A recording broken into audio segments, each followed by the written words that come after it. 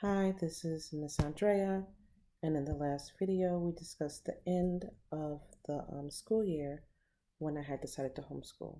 So basically, the kids did first and third grade, and I informed the school that we were leaving, and the school caused lots of drama and stress on myself and my children. But we left, and we got right into homeschooling. I spent that spring after I decided to homeschool reading. I read everything that was in the library. I'm not lying when I said about 65 books. I read everything that was in the library in homeschooling. I read John Holt. I read Hirsch. I read everything. Um, I just read everything about different homeschool philosophies, classical, relaxed, um, you name it. I read it. I read The Way Everyone Homeschooled. I read homeschooling stories about people who had homeschooled. And at the time, all those books were really crunchy. We really need an update book, fellow homeschoolers. We really need an update compilation book that's filled with different people's homeschooling stories. We need that right now. Anyway, tangent. Um, I just read, and made the decision to spend the first year at home, um, making education as fun as humanly possible, and working on our relationships. Now, something I did, and I'm so glad I did it, that first year of homeschooling was I journaled. Actually, I journaled the whole thing, but I journaled homeschooling. And the first year, I found sometime later on my husband's computer, and I kind of pulled it into a booklet, and then I didn't publish it. But I think I should read you some, okay? Um, and I'm pretty sure I wrote this the first day of the first week of homeschooling, or I summarized it from that first time period. It says, "What am I doing?" I asked myself that question on that first morning after the decision was final. We, or rather I, was going to homeschool our children. No one is holding a gun to your head, I told myself. You are making your life harder than it has to be. Why have I chosen to homeschool our children? And what do we lose by staying home? Um, and so that was my initial feeling was, have I lost my mind? Apparently so, right?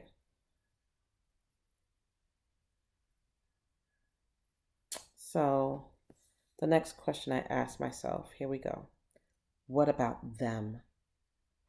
Thoughts continually flooded my head, trying to convince me my kids would be better off in school with trained teachers and kids their own age. After all, I am impatient, unorganized, and needy. Know yourself. Couldn't a trained teacher give them more than I had to offer? Will I be able to teach them as much as they could learn in school? Am I destroying their future? What could I possibly have to offer these children that a school cannot? So if you're first year homeschooling and you're freaking out, you are not alone.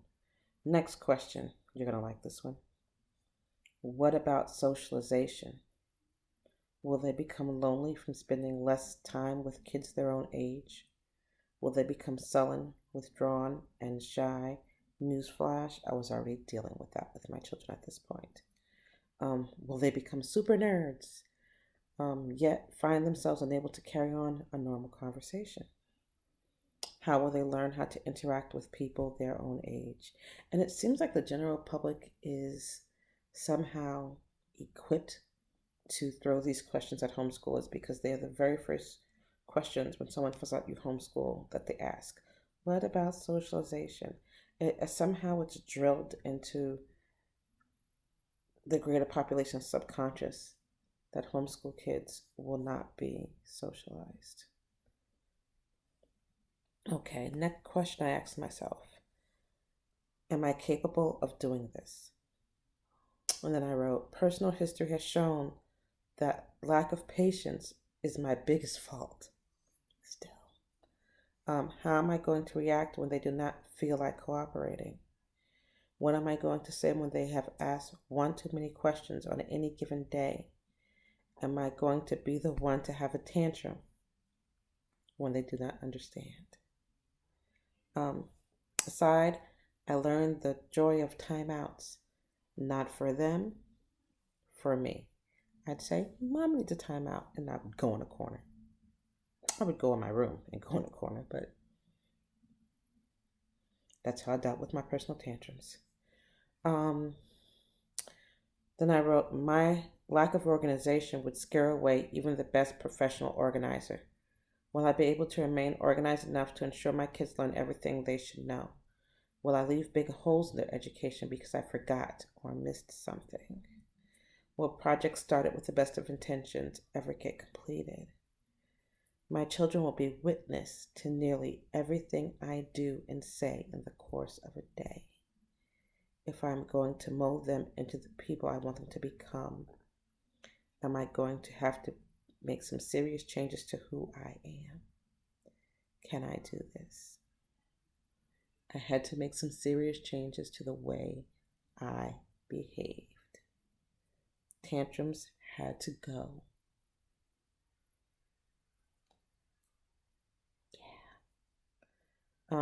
What about my needs?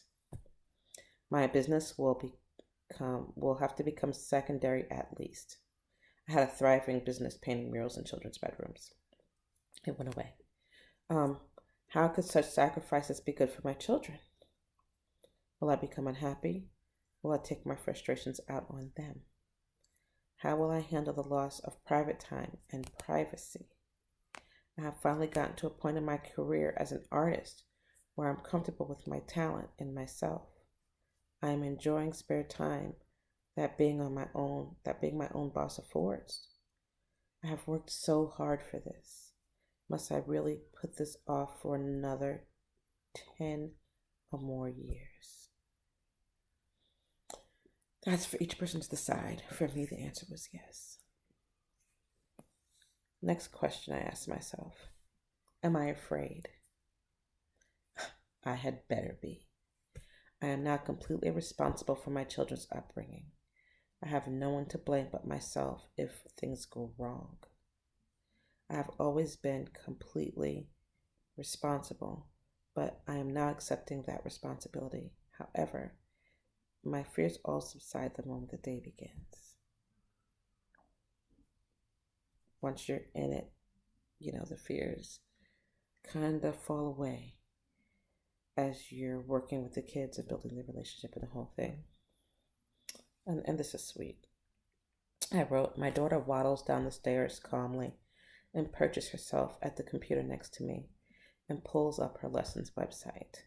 We were using what is now Time for Learning. Before it was called Time for Learning. She starts singing something, usually loud and off key, and breezes through yet another math, language, arts, or science lesson.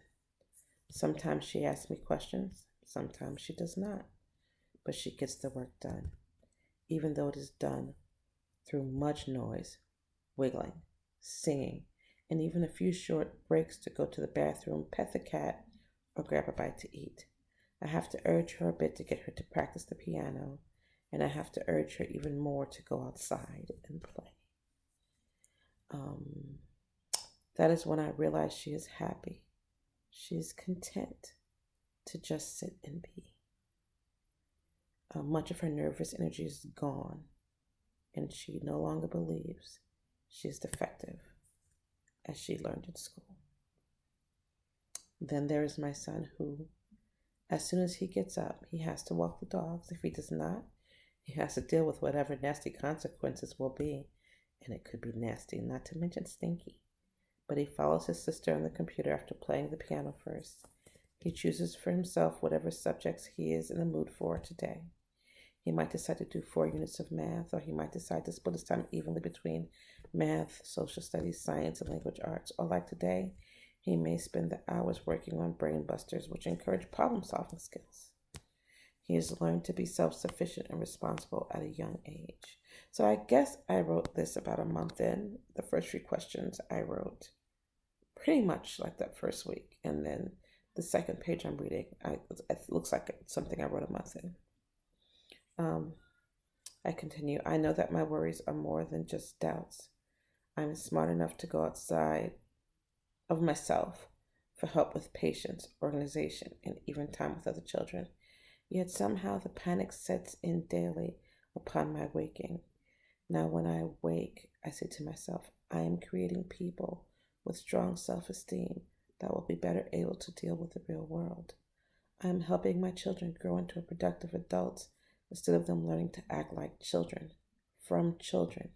In a world where there is an epidemic of young people not making it, I have chosen to change the odds for my kids, one day at a time.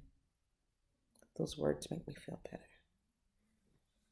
There is so much more to homeschooling than that, of course, but my daily mental exercise helps me to experience difficulties of homeschooling without losing my stride. No, I am not a saint. I'm your typical mom, a woman with talents and ambitions who could just as easily be out in the world concentrating on a career and trusting the system to educate my kids. But since I have seen with my own eyes that the system was not working, I figured that though I did not know if I could do better, I could do it differently, at the very least. I'm glad I read that. I wrote this so many years. This froze gotta go. Um, Thanks for listening. I'll be back with more questions and feelings and discoveries from our first year of homeschooling. Until next time.